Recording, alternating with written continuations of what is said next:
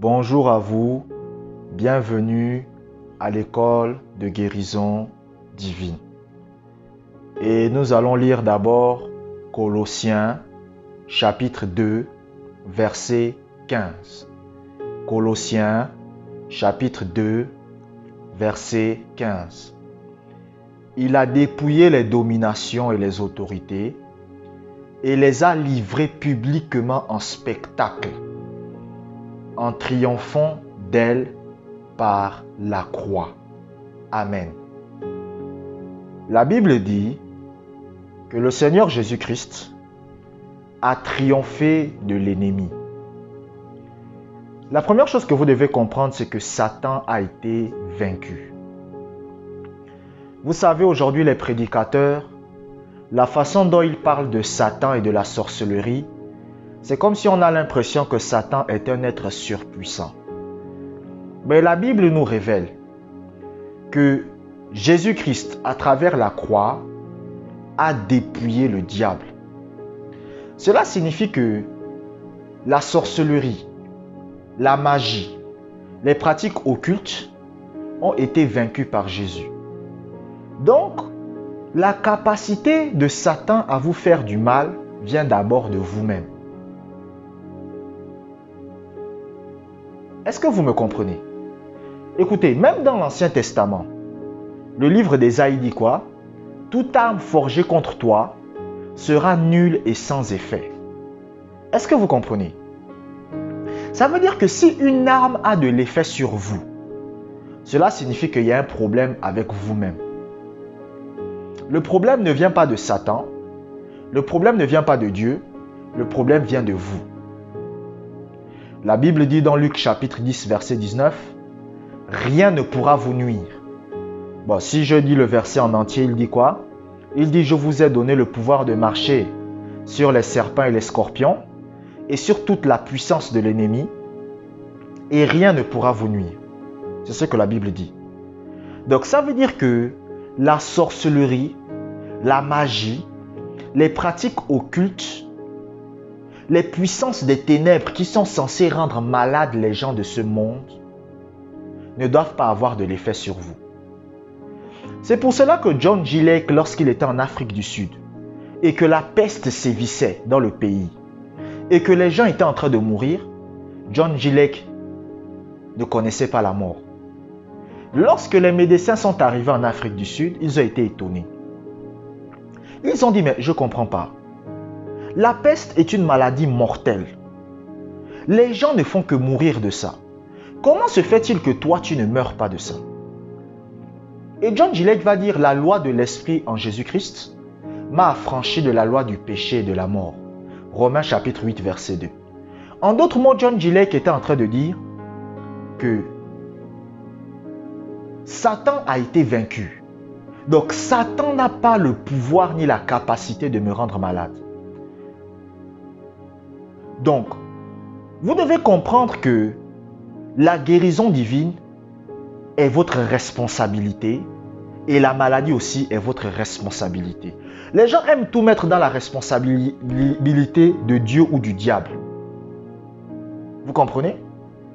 Quand les gens veulent être guéris, ils mettent toute la responsabilité entre les mains de Dieu. Et quand les gens sont malades, ils mettent toute la responsabilité aussi entre les mains de Dieu. Vous voyez, c'est ça le problème des chrétiens aujourd'hui. Oh Dieu, guéris-moi. Parce que les gens demandent à Dieu de les guérir et ils pensent qu'ils n'ont rien à faire pour être guéris. Il y a des chrétiens qui pensent qu'il suffit simplement, et les gens n'aiment pas quand je dis ça, qu'ils se mettent à genoux, qu'ils pleurent et ça y est, ils seront guéris. Parce que pour eux, la guérison est la responsabilité de Dieu, ce n'est pas leur responsabilité. De même, quand ils sont malades, la plupart des chrétiens mettent la responsabilité de leur maladie sur Dieu. C'est Dieu qui m'a rendu malade pour me mettre à l'épreuve. C'est Dieu qui m'a rendu malade pour démontrer sa gloire. C'est Dieu qui m'a rendu malade pour telle chose, pour n'importe quelle excuse. Comprenez ceci. Satan a été vaincu. Donc, Satan n'a de pouvoir sur vous que par rapport au pouvoir que vous lui donnez.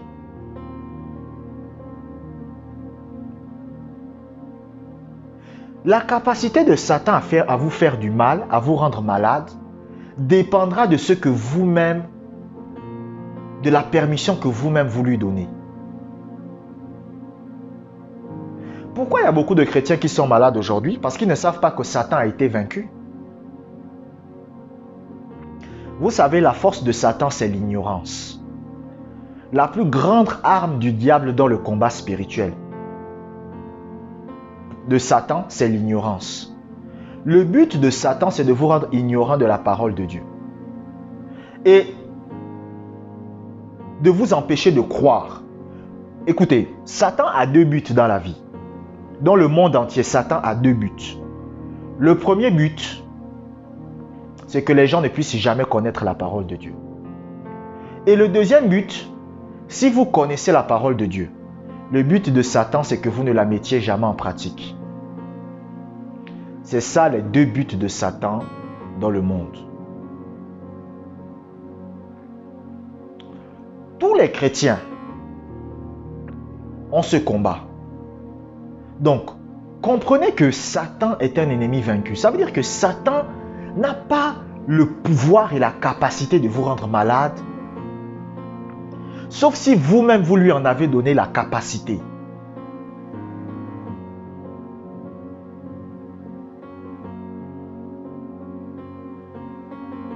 Si vous-même vous donnez à Satan la capacité de vous faire du mal, il vous fera du mal.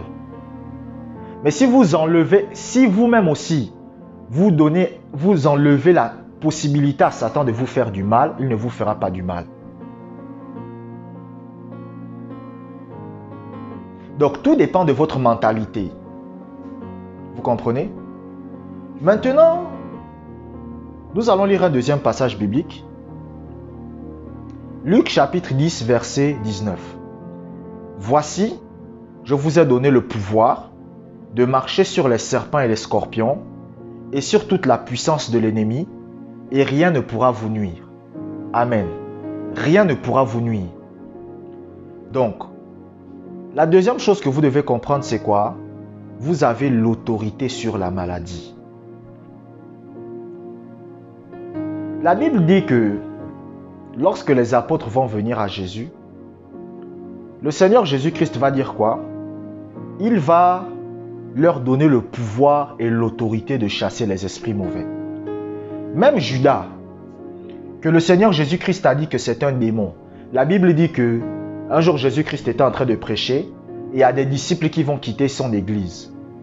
Vous comprenez? C'est-à-dire il y a des gens qui vont quitter son église, qui vont dire que non, nous on ne veut plus te suivre, et ils vont quitter Jésus. Et il ne restera que 12 personnes. Et le Seigneur Jésus-Christ va dire, mais vous ne partez pas. Pierre va dire, à qui irions-nous? Car tu as les paroles de la vie éternelle. Et le Seigneur va dire que c'est moi qui vous ai choisi. Mais parmi vous, il y a un démon. Quand il disait il y a un démon, il parlait de qui? Il parlait de Judas. Donc il disait que parmi vous, il y a un gars, même s'il est avec moi, mais le gars là, c'est un gars bizarre. Mais la Bible dit que même lui, il avait l'autorité sur les démons, sur la maladie. Même Judas.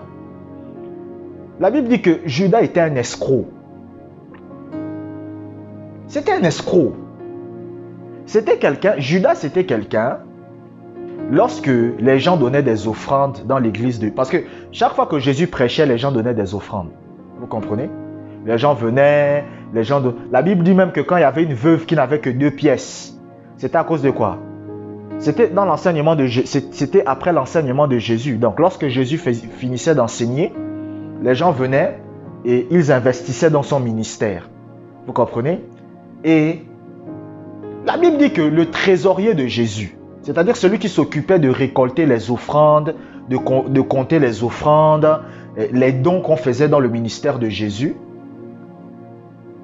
c'était Judas. Lisez la Bible. C'était Judas qui était le trésorier. Vous comprenez? Et Judas volait dans les caisses de l'église. Donc ça veut dire que les offrandes qu'on donnait à Jésus après son enseignement, Judas, lui, il volait une partie pour mettre dans sa poche. C'est pour ça que la Bible dit même qu'il a vendu Jésus à cause de 30 pièces d'argent. Pourquoi? Parce que c'est quelqu'un qui aimait l'argent. Vous comprenez? Mais pourtant, il avait l'autorité sur la maladie. Donc, vous n'avez pas d'excuse pour dire que, voilà, moi je suis un chrétien, je ne suis pas suffisamment bon, je ne suis pas suffisamment fort, je ne suis pas suffisamment bien pour avoir l'autorité sur la maladie.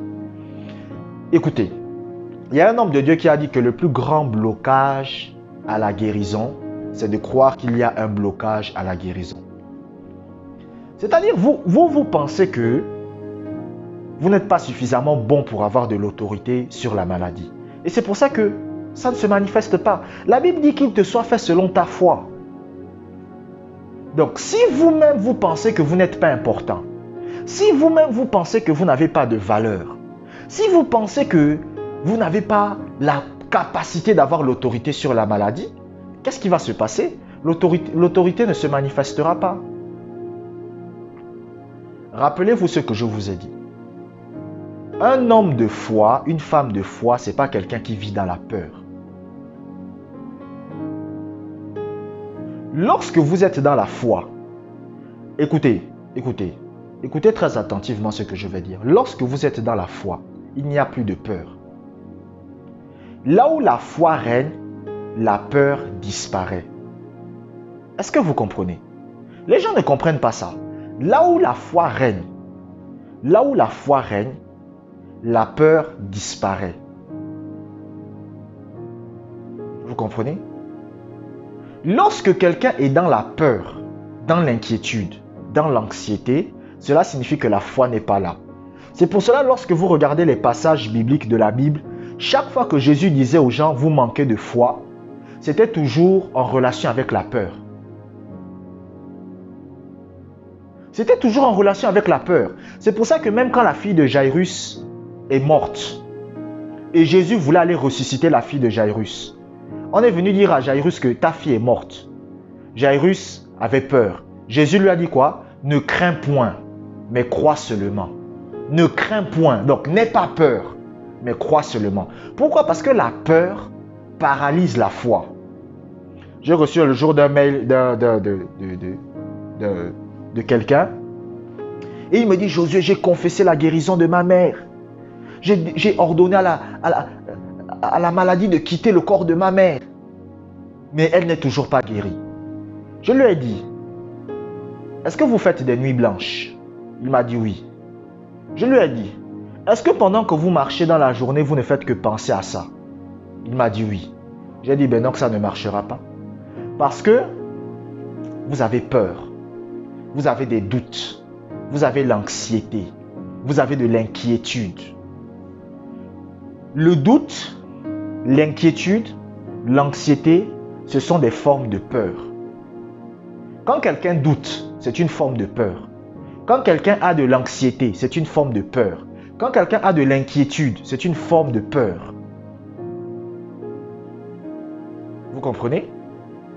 Donc, lorsque vous avez l'autorité sur le diable et que vous ordonnez à un esprit de partir, mais que vous avez encore peur, vous êtes encore dans le stress, cela signifie que vous ne croyez pas.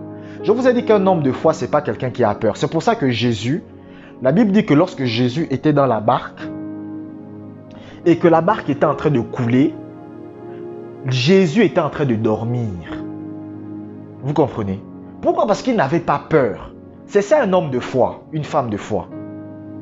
Vous comprenez? Mais lorsque la peur règne en vous, lorsque la peur domine votre vie, vous ne pourrez pas exercer votre foi, votre autorité. Lorsque vous ordonnez à la maladie de quitter le corps de quelqu'un, par exemple vous dites: toi, cancer, quitte ce corps, mais que vous passez encore des nuits blanches, que vous êtes encore dans l'anxiété, dans la peur, votre autorité ne va pas fonctionner. Moi, je suis là pour vous dire la vérité. Écoutez, un chrétien qui dit qu'il a la foi et qu'il a la peur, il n'a pas la foi. Il faut accepter la vérité telle qu'elle est. Je vous dis, comment reconnaître que vous êtes dans la foi? C'est lorsque vous n'avez plus peur. Lorsque vous voyez que vous n'avez pas peur. que vous n'avez pas de doute, que vous n'avez pas de l'anxiété. C'est-à-dire que la peur veut essayer de venir, mais vous dominez votre peur. C'est à ce moment que vous êtes dans la foi.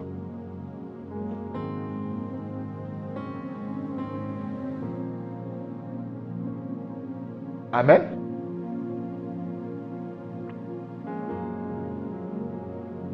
Donc, cherchez à exercer votre autorité sans la peur. Je vous remercie d'avoir écouté cet audio jusqu'à la fin. Que la grâce du Seigneur soit avec vous.